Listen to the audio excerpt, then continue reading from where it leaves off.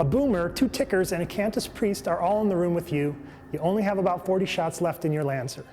Now, if that sentence didn't make as much sense as you would have hoped, don't worry, because the creators and the designers of the game Gears of War 2 are going to give you campaign mode tips and tricks.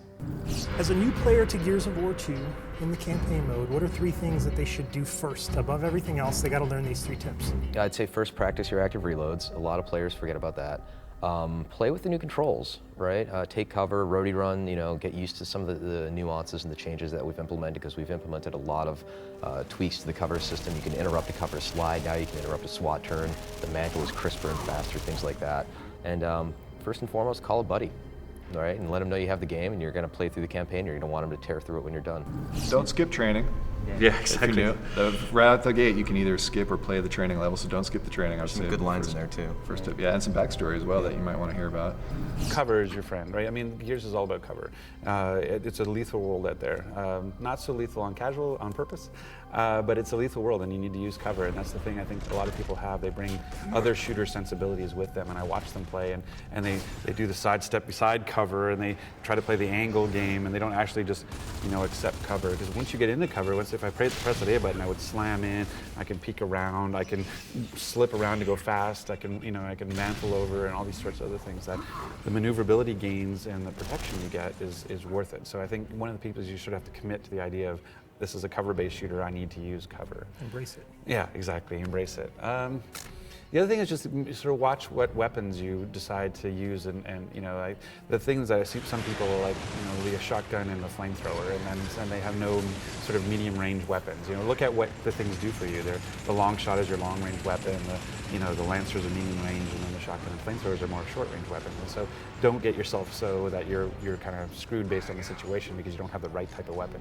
You try to maintain your flexibility. That's why I really like the bolt hawk. The bolt hawk is kind of a sniper rifle in a pistol because you can do headshots. And so if all else fails, I always try to make sure I have a bolt hawk on me as for long range shooting if I need to do it. And make sure you're careful with the chainsaw too. Like, just don't go charging in blindly, because you'll get knocked down, and you gotta time it. You gotta wait to look around the corner and see the locust kind of reloading, and then kind of go in and ram the chainsaw into his hoo-ha.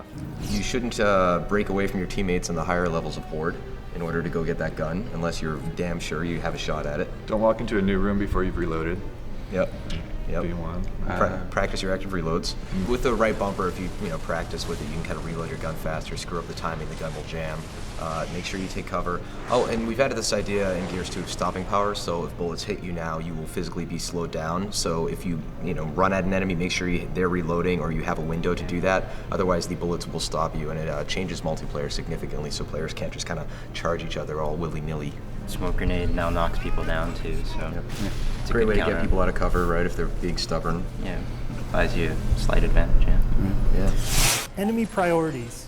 So if you're in a room full of 5 or 10 different enemies, who do you look for first? Do you scope the situation out and try and, all right, I gotta get him first? Shoot the Cantus in the head, Yeah, shoot the Cantus priest first. Yep, and shoot the blood mount in the face, because that will slow it down. Right. Well, shooting anything in the face was generally. I'm a fan of that, generally.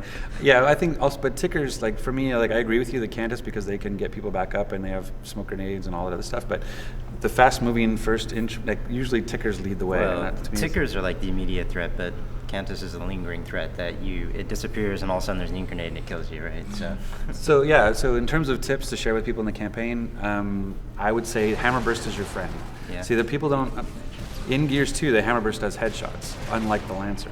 And so with the Cantus around who can revive locusts who have just been down but not fully out, doing headshots with a hammer burst is really effective. And the fact that it's an enemy drop weapon means more ammo. So I played a lot of the campaign with the hammer burst just because of the fact that a couple of shots and all of a sudden I'm seeing head pop and I knew I don't have to worry about them again. Did you get some achievements for that too? Well, it's part of all working towards the Seriously 2.0. I love those moments in the campaign or even in Horde when you don't realize there's a Cantus there and you knock down a locust and suddenly he gets right back up and you're like, crap, there's a Cantus there. Yeah, he's like glowing white and you're like, what the hell?